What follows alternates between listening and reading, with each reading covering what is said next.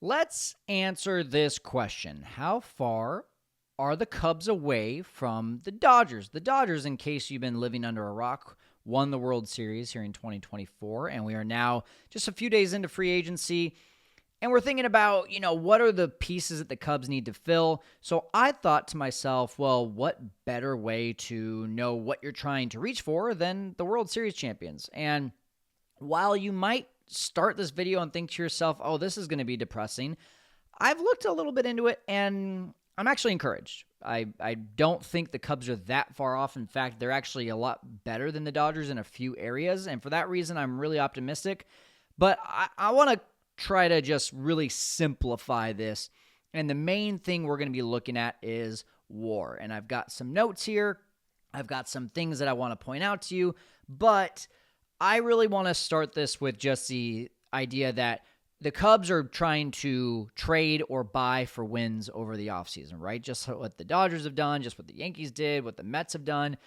And it's time for them to step it up and actually say, okay, if we're going to add value, if we're going to add wins to specific positions, specific players, where are those missing pieces? And when you think about the Dodgers, you think about guys like Shohei and Mookie and Freddie, and then you got the Glasnows and the Yamamotos, and you think to yourself, wow, those are superstars.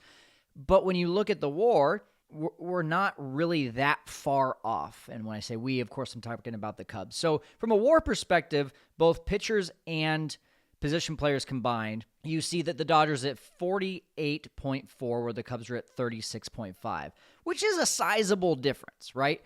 When we look at some of the more, I would say, under the microscope stats, you can look at things like home runs, right? The Cubs, and I've got this in my notes as well. Dodgers hit 233 home runs. Cubs only hit 170. You can blame that on Wrigley Field. You can blame that on the types of players. Wherever you want to go with that, that's up to you. Slugging percentage, obviously, is going to be a lot further down because they're just not hitting nearly as many home runs. So 446 for the Dodgers, 393 for the Cubs. On base percentage, not that far off. We're 18 points off of the Dodgers, 317 compared to 335. WRC plus, which is really a glaring bad stat right now for the Cubs as a team. They were just barely over the league average at 101, where the Dodgers were significantly over the league average, of course, being led by Shohei at 181 WRC plus, where the Cubs were being led by Seiya Suzuki at 138. That just goes to show you the difference in the top hitter on both teams, who just both happen to be originally from Japan as well, funny enough. And when we also look at this, we're looking at a few other things, right? You might want to say, well, what's their batting average? Well, batting average 242 for the Cubs compared to 258 for the Dodgers. When you look at stolen bases, actually the Cubs have an edge on them, 143 versus 136. So you can look at a lot of the differences, but the main thing that I want to point out right now is the top 6 position players, which were on Fangraphs. Fangraphs, to me, is the most accurate for WAR. It's not that far off of Baseball Reference. That's why I use Baseball Reference every once in a while, but I like to use Fangraphs when I'm looking at the actual WAR of a player. When you look at the top 6, the Cubs, considering the fact that the Cubs don't have a quote-unquote superstar, and again, we're just talking about positions right now. We haven't even gotten into pitching yet. When you look at the fact that the Cubs don't have a quote-unquote positional superstar, your closest might be Cody Bellinger, might be Seiya Suzuki, and I'm really underlining and putting in italics might, because I think those are stretches. They're 20.4 WAR combined compared to 26.5. Now, a few things go into this, right? Mookie Betts only played 116 games here in 2024. Miguel Rojas was injured a decent amount and out as well. 2 to 3 of their top 6 positional players have a lot less games played than the Cubs, but that still goes to show you they're not that far off. The biggest difference, if you cut Shohei Ohtani's WAR in half, it's at 9.1, which far exceeds the Cubs' top WAR getter in Dansby Swanson at 4.3. If you cut that in half to just a 4.5, these top 6 positional WAR players on the Cubs and Dodgers are almost like for like. Believe it or not, right? Like, I was actually very surprised to see that, even though Freddie Freeman would have a quote-unquote down year at a 4 even WAR, which would have been second on the Cubs, believe it or not. In his WRC plus also would have been second on the Cubs. Those are the kind of things that, even though he had a down year, You look at that and you say, well, slot him into the Cubs lineup, and he wouldn't have been obviously the best player on the Cubs, even though he's got the All-Stars and he's a future Hall of Famer and things like that. Just to kind of quantify this for you, and if you want to, just go ahead and Google how is WAR calculated. Even after reading the definition of how is WAR calculated, I don't even know exactly how it's calculated, but when you look at this and you say, what is a good WAR? Well, a good WAR is really anything over 3. If you have a 3 or above WAR, you are a really solid contribution to your team in that season. If you're around a 4 to 5, you're probably one of the better guys on your team. And if you're over 5, you're probably in this all-star elite status, and typically MVP is going to be around that 7 to 9, even sometimes crazy enough touching 10. I believe Shohei did that one year when he was pitching as well. And so when you look at that, that's essentially quantifying the WAR. So in other words, the Cubs don't even have anyone close to being considered a MVP, while the Dodgers have essentially one player being considered as an MVP. So those are the things from a positional standpoint. The Dodgers have a lot less quote-unquote worse players. If I expand this on Fangraphs here, I can see when I look at what players actually hurt the Cubs in 2024, and some of them you can't really, put a lot of weight into. You got Luis Vazquez, who got a total of 14 plate appearances. Kevin Alcantara only had 10 plate appearances. They're both negative .1 WAR. You can't really put much weight into that. But guys like Christopher Morel, Patrick Wisdom, Miles Mastroboni, Nick Madrigal, Yan Gomes, who all played in this 50 or more games, and they're in the negative WAR. That's what is really the big difference to me with the Cubs versus the Dodgers, because the Dodgers only have 4 guys in the negative WAR category, and only, 2 of them played over 50 games. And that was James Outman and Chris Taylor. So 9 players for the Cubs under a 0 WAR, where the Dodgers only have 4. And unfortunately, again, the Cubs, of those 9 players, 1, 2, 3, 4 of them played over 50 games. Tough to believe that Yan Gomes only played 34 games in 2024. It felt like it was so much more. He was that bad. Then from a pitching perspective, this is again where it gets really encouraging for the Cubs. And I think this shouldn't be a huge surprise for you if you're listening. And I think the Dodgers just did not have good pitching this year, mainly because of health. Right? Tyler Glasnow and Yoshinobu Yamamoto, try saying that name 5 times fast, they were injured for such a long time this year. Glasnow only started 22 games. Yamamoto only started 18. As I'm looking at this, you can see that 3 of the top 6 for the Dodgers in WAR getting were starters. 4 of the top 6 were starters for the Cubs. And then surprisingly, Ben Brown, who only pitched in 15 games, is number 4 on the list. So just thinking about what he could have done if he had a full season. Mark Leiter at number 5, tied with Ben Brown at 1.3, and then Javier Assad is up there as well.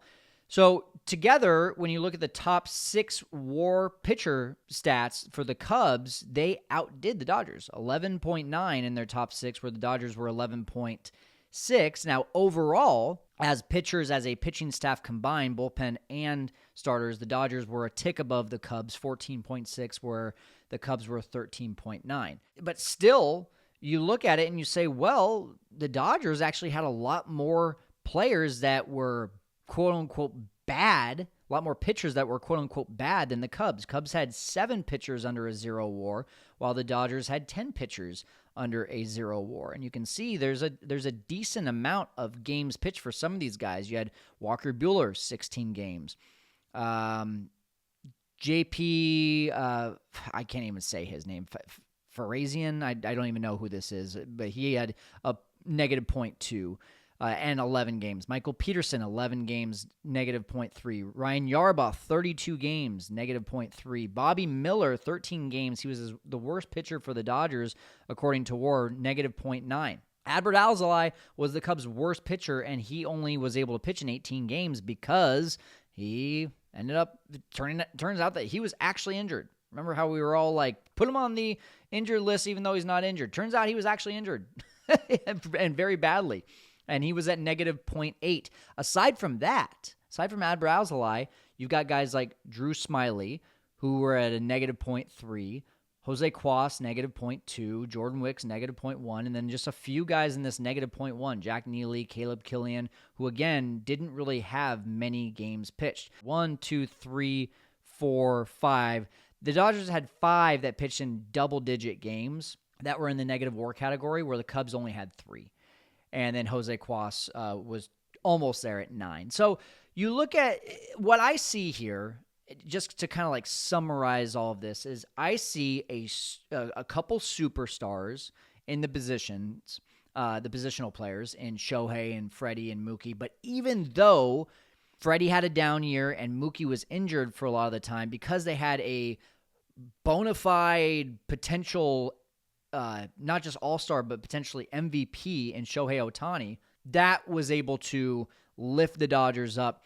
And even when Mookie was hurt, in fact, I believe Mookie was leading off for the Dodgers, and then once he got hurt, Shohei was leading off, and he never left the leadoff position after that. They had this guy that could step in, and they had a lot less positional players that were hurting them, where the Cubs had a decent amount of position players that were legitimately hurting them on a daily basis. Christopher Morel, Patrick Wisdom, Miles Mastrobuoni, Nick Madrigal, Yan Gomes. These guys were hurting the Cubs when they were in their lineup, versus the Dodgers really just had Chris Taylor, and that was it. So when you look at positionally, I think the Cubs, from a positional standpoint, just need to make that basement a little bit better and find one superstar. Get one superstar in this lineup, and suddenly, right, if we do that, let's just say for a second that you take out the Yan Gomes at negative 1.2, the Nick Madrigal at negative 0.7, the Matt Mervis at negative 0.4, Miles Mastrobuoni at negative 0.4. That comes out to be about negative 2.5 of WAR, bringing the Cubs' positional players up to about a 25 WAR. And then find just one bat. If you can bring in, call an Anthony Santander, which probably is not going to happen, especially since Cody Bellinger opted in. Let's just for a second see what Santander was at. Anthony Santander, Fangraphs. He was in 2024 honestly, he wasn't even that good. 3.3. That doesn't really do the job. That doesn't do the job. So I actually retract that statement. Teoscar Hernandez, for example, 3.5 was their 4th highest WAR getter. The Cubs' 4th highest WAR getter was Seiya Suzuki at 3.6. So the Cubs have this, like, again, we've talked about a lot of times. They have good players. They don't have great players. They have good players. So they have this balance. They just don't have that one superstar. And so if you can find a way, it's not going to be Juan Soto. It's not going to be a trade for Mike Trout, who's not even going to be healthy enough to play enough this year, because that's just how he's been the last few years. But there's got to be some guy outside of the system that Jed is having conversations with, and he's just like, dude, we'll give you the farm for this guy. If you can do that, going back to my original statement, you get rid of those players that were hurting you at the negative 2.5, those bottom 4 of the barrel for the Cubs, and add in a 7 WAR player, increasing the, let's just say, taking what Michael Busch did, 2.3, and maybe replacing him with a 7 WAR player. You add 4.5. Now suddenly this positional battle is this positional WAR is at a 29.5, and the Dodgers were, what were they? Total was 33.8. So you're still not quite there with the Dodgers. Dodgers were 33.8. If you have the Cubs at 29.5, then you have as well a better pitching staff per se than the Dodgers. This team could be right there with the Dodgers. And that's kind of where I'm looking at this from. Tell me what you're seeing, but especially if they can add one guy in the starting rotation or one guy to the back end of the bullpen that adds another 1 or 2 WAR from a pitching standpoint. Now you're up to 15, 16 WAR, where the Dodgers in pitching were at 14.6. That's what we're missing from a WAR perspective to be a championship team. To me, I look at this, I'm not as discouraged as the talk of like, well, we've got a crowded lineup, we can't move guys. If they can find one position player that could be a quote-unquote MVP and get rid of some of the bottom of the barrel and add one starter or one reliever that adds another 1 or 2 WAR to the pitching, you're like for like with the Dodgers. That's pretty encouraging. Tell me if I'm being too pie in the sky, starry-eyed, unicorns, butterflies, rainbows. Let me know. But that's the way that I'm seeing this right now, and I hope that this was helpful to look at.